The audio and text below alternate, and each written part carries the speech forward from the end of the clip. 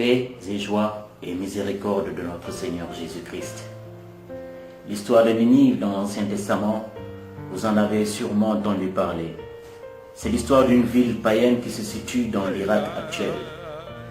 Une ville surtout connue pour les nombreux péchés et les excès qui étaient commis.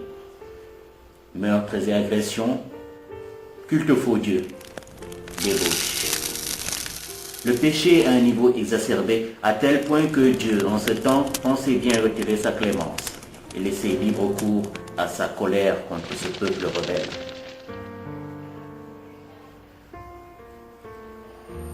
La parole de Dieu fut adressée à Jonas, le prophète. « Lève-toi, va à Ninive, la grande ville, et crie contre elle, car sa méchanceté est montée jusqu'à moi. »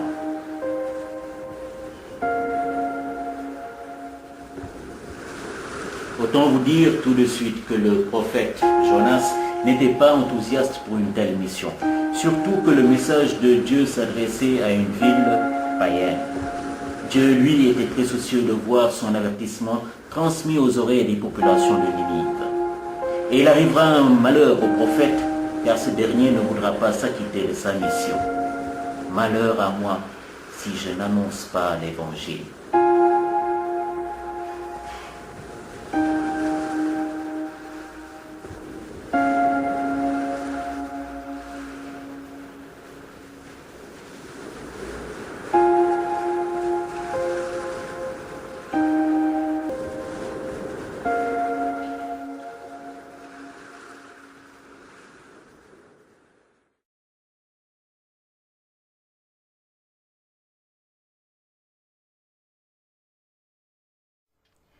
Jonas avait été envoyé à Ninive.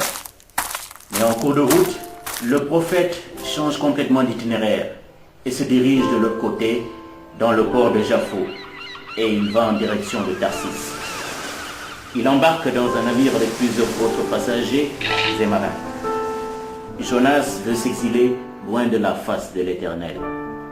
À peine le bateau eut-il quitté le port qu'une violente tempête secoue ce bateau, à tel point que celui-ci se mit à trembler. Les passagers savent que cet ouragan n'est pas fortuit, et chacun prie son Dieu afin que celui-ci nous vienne en aide. Mais personne, aucun de ces dieux, ne peut régler la situation. Ils se dirent l'un à l'autre, venez, et tirons un sort pour savoir celui qui nous attire ce sort. Et le sort tomba sur Jonas. Les marins ne mirent pas de temps pour prendre une décision. Ils prirent Jonas et le jetèrent par-dessus bord. Aussitôt la mer se calma. Oui, Jonas était bien le fautif, parce qu'il n'avait pas transmis le message de miséricorde de Dieu. Et pour toi, mon frère, ma sœur, je vais t'annoncer bien plus que le message de Jonas. Je viens t'annoncer dans le nom de Jésus-Christ, en direction de ce week-end de prière à Sokone, l'évangile par lequel tu seras restauré et recevras ta bénédiction. Guérison, promotion, mariage, libération seront tes rendez-vous dans le nom de Jésus-Christ. Tu ne seras pas englouti par les soucis de ce monde. Alléluia. Malheur à moi si je n'annonce pas l'évangile.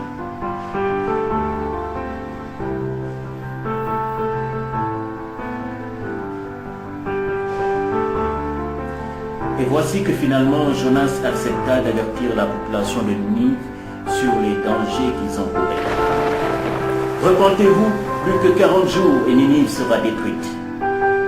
Le peuple entendit le message et décida de changer de comportement du plus vieux jusqu'au plus petit, du roi jusqu'au simple artisan. Ils se couvrirent de cendres la tête et implorèrent la miséricorde de Dieu. Peu après, l'Éternel suspendit sa colère et son châtiment, et il accorda son pardon et sa paix aux nouveaux convertis. Les Ninivites quittèrent alors leurs habits de deuil et célébrèrent Dieu pour sa bonté. Mon frère, ma sœur, c'est ce Dieu de miséricorde qui te donne rendez-vous à Sokone.